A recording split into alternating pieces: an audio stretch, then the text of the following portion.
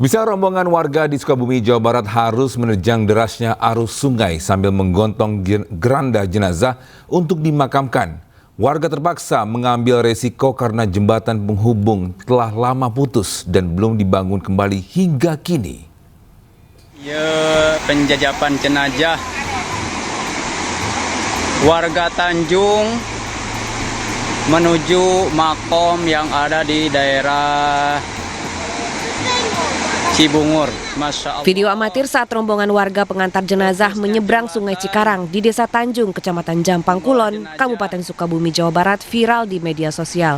Sejumlah warga memikul keranda jenazah berjuang menerjang derasnya arus sungai untuk menuju ke tempat pemakaman umum yang berada di Kampung Cibungur. Warga Tanjung yang meninggal dunia dibawa ke daerah. Warga terpaksa bertaruh nyawa menyeberangi Sungai Cikarang karena satu-satunya jembatan gantung yang biasa mereka lewati putus terbawa banjir bandang beberapa waktu lalu. Ini warga adanya tempat kuburan itu adanya di Desa Mekar Bukti di Kampung Cibungur. Jadi saya terpaksa dengan warga untuk melintasi sungai ketika ada orang yang meninggal. Itu sebenarnya bukan cuma satu kali, itu udah sering itu ketika jembatan putus gitu. Kan sekarang jembatannya putus. Kalau kemarinnya waktu masih ada jembatan, ya saya bisa melintasi jembatan. Cuman kalau sekarang karena jembatan putus, ketika ada yang meninggal terpaksa harus turun gitu. Harus turun itu melintasi sungai gitu. Warga berharap pemerintah segera membangun jembatan pengganti untuk memudahkan saat beraktivitas. Dari Sukabumi, Jawa Barat, Budi Setiawan, iNews melaporkan. Warga desa Jubel Kidul, Kecamatan Sugio, Kabupaten Lamongan digegerkan peristiwa penyerangan yang dilakukan seorang pria diduga orang dengan gangguan jiwa atau ODGJ. Akibat kejadian tersebut, 3 orang mengalami luka serius dan dilarikan ke rumah sakit. Bercak darah ini milik 3 orang warga yang diserang oleh seorang pria yang alami gangguan jiwa. Bermula ketika korban bernama Isa sedang duduk di depan rumahnya, lalu melihat pelaku Ahmad Sarifudin usia 36 tahun, warga setempat mengambil pepaya di lahannya. Saat ditegur, pelaku tiba-tiba mengayunkan pisau sepanjang 10 cm ke arah Isa hingga mengenai leher korban. Melihat ayahnya diserang, Erna Retno Ningtyas berusaha menolong. Namun, ia justru terkena sabetan pisau di bagian lengan kiri.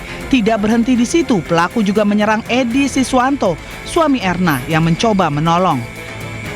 Edi mengalami luka di leher dan di wajah. Warga yang melihat kejadian langsung memberikan pertolongan dan ketiga korban dibawa ke Puskesmas Sugio, lalu dirujuk ke Rumah Sakit Sugiri Lamongan karena luka yang cukup parah. Pelaku yang berusia 36 tahun ini telah ditangkap di rumahnya tidak jauh dari lokasi kejadian. Saat ini pelaku masih menjalani pemeriksaan lebih lanjut oleh Unit Reskrim Polsek Sugio. Untuk kondisi korban sekarang? Kondisi korban alhamdulillah sudah sadar dan bisa sekarang sudah masuk di ruang operasi. Dan itu sebelumnya pernah dirawat dan? Dari riwayat pelaku sudah dirawat di Rumah Sakit Karangkembang Babat. Menurut AKP Jinanto, pihaknya masih mendalami motif pelaku yang diduga mengalami gangguan jiwa.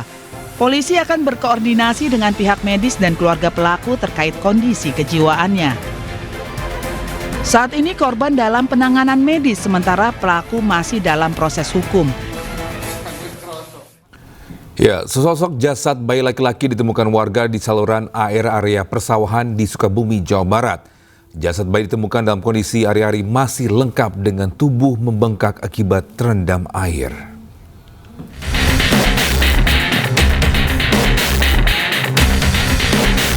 Warga Sawah Lega, Desa Cibatu, Kabupaten Sukabumi, Jawa Barat digegerkan dengan penemuan sesosok jasad bayi di saluran air area persawahan. Saat ditemukan, jasad bayi laki-laki itu masih terdapat kateter di bagian pusar. Kondisi bayi masih lengkap namun sudah membengkak akibat terendam air. Diduga bayi yang baru dilahirkan itu merupakan hasil hubungan gelap para pelaku pembuangan. Jasad bayi pertama kali ditemukan warga yang hendak mengairi sawah. Bayi ditemukan dalam kondisi tergeletak di dalam saluran air. Atas penemuan itu, warga selanjutnya melaporkan kejadian tersebut ke kepolisian sektor Cisaat. Polisi yang tiba di lokasi langsung melakukan olah TKP dan memeriksa sejumlah saksi. Jasad bayi dengan panjang 50 cm ini selanjutnya dibawa ke RSUD R. Syamsuddin SH Kota Sukabumi untuk diotopsi. Nah, pada penemuan bayi, langsung ibu ke lokasi. Pas di sana bayinya teh udah membengkak ya, itu banyak Banyak luka ya? Banyak luka, terus nggak tahu itu teh udah dibawa ke rumah sakit, nggak tahu dari bidan, nggak tahu dibuang begitu saja sebab itu ari-arinya teh ada jepitan, itu ada jepitannya. Oh, jadi tali ari-arinya sebenarnya udah dilepas ya Bu ya? Cuman ada jepitannya. Kasus penemuan tersebut masih dalam penyelidikan polisi untuk mengetahui siapa pelaku pembuang jasad bayi malang itu. Dari Sukabumi, Jawa Barat, Budi Setiawan, iNews melaporkan. Bisa tim forensik ungkap hasil otopsi jasad Ilham Pradipta, Kepala Cabang Bank BUMN di mana terdapat luka di leher dan dadanya. Sementara usai menangkap 4 orang penculik dan pembunuh Ilham Pradipta, polisi kini buru otak pembunuhan.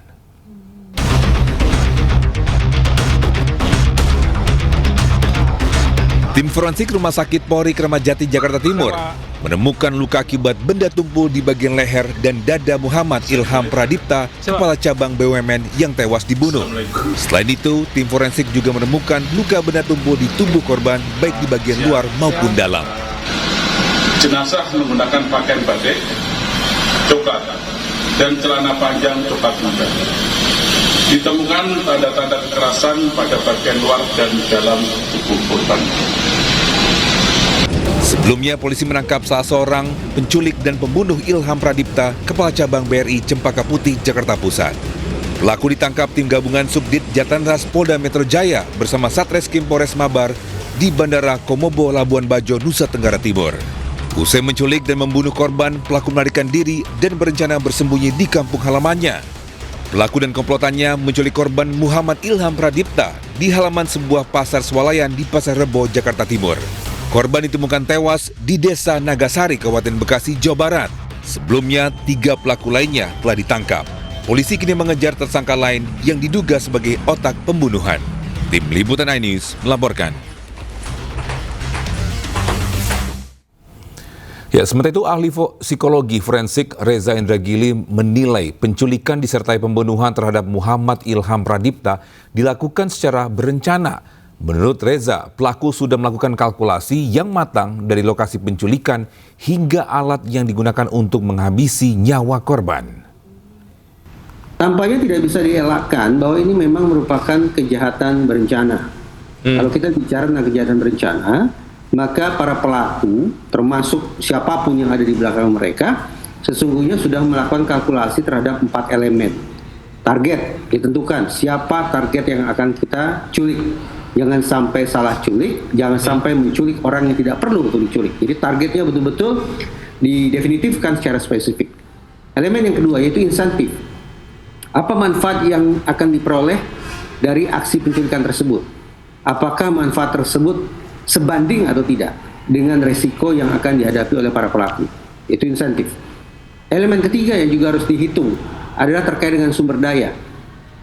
Di tempat seperti apa, alat melumpuhkan korban jenisnya apa, berapa orang yang harus dikerahkan untuk menculik korban, kemudian akan dibawa ke tempat seperti apa, dan seterusnya. Itu berkaitan dengan instrumen atau sumber daya.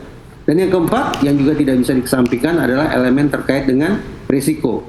Bahwa para pelaku maupun orang yang mempekerjakan para pelaku sudah memperhitungkan risiko apa yang akan mereka hadapi dan bagaimana kemudian mengatasi risiko-risiko itu. Kita ke informasi lain, pemirsa. KPK menetapkan ex-Wamenaker Immanuel Ebenezer dan 10 orang lainnya sebagai tersangka terkait kasus pemerasan pengurusan sertifikasi keselamatan dan kesehatan kerja di Kementerian Ketenagakerjaan. Ya, Immanuel Ebenezer tak kuasa menahan air mata saat berjalan bersama tersangka lain di konferensi pers KPK. Selain Immanuel Ebenezer, ada 10 orang lainnya yang ditetapkan sebagai tersangka dalam kasus pemerasan pengurusan sertifikasi keselamatan dan kesehatan kerja di lingkungan Kementerian Tenaga Kerja. Dalam konferensi pers di Gedung Merah Putih KPK Jakarta, Ketua KPK Setio Budianto mengumumkan bahwa Immanuel terbukti menerima uang 3 miliar rupiah. Dalam operasi senyap ini, KPK juga menyita 15 unit mobil, 7 sepeda motor, dan uang miliaran rupiah.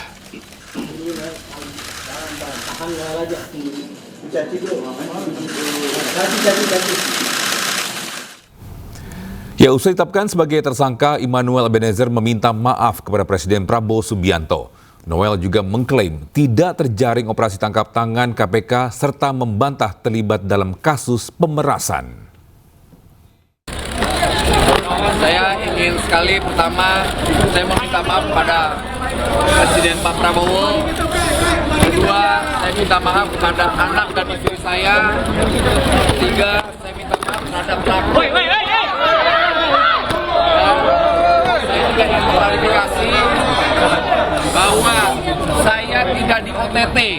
Pertama itu, kedua, kasus saya bukan kasus pemerasan, agar narasi di luar tidak menjadi narasi yang kotor yang memberatkan saya. Dan kawan-kawan yang bersama saya tidak ada sedikitpun kasus pemerasan. Dan apa yang kami lakukan. Woi, ada cewek ini, woi. Komisi Komisi Pemberantasan Korupsi menyita sejumlah uang tunai serta puluhan kendaraan dalam operasi tangkap tangan yang menjerat Wakil Menteri Tenaga Kerja Immanuel Ebenezer. OTT dilakukan terkait dugaan kasus pemerasan dalam pengurusan sertifikasi K3.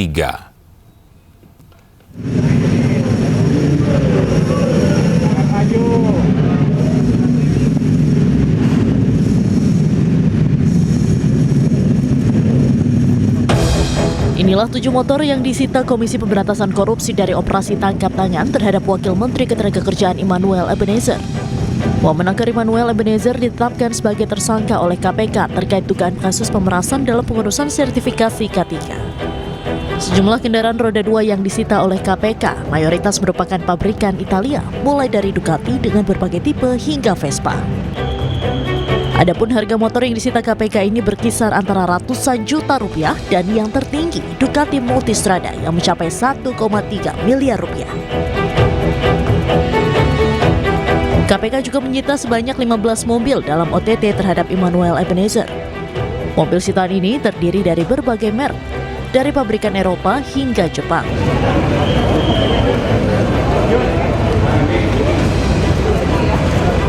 Ada juga yang menarik perhatian, yakni mobil Nissan GT-R Skyline dengan harga kisaran 3-6 miliar rupiah. Selain 22 kendaraan, KPK juga menyita sejumlah uang tunai. Dari Jakarta, Tim Liputan Ainus melaporkan.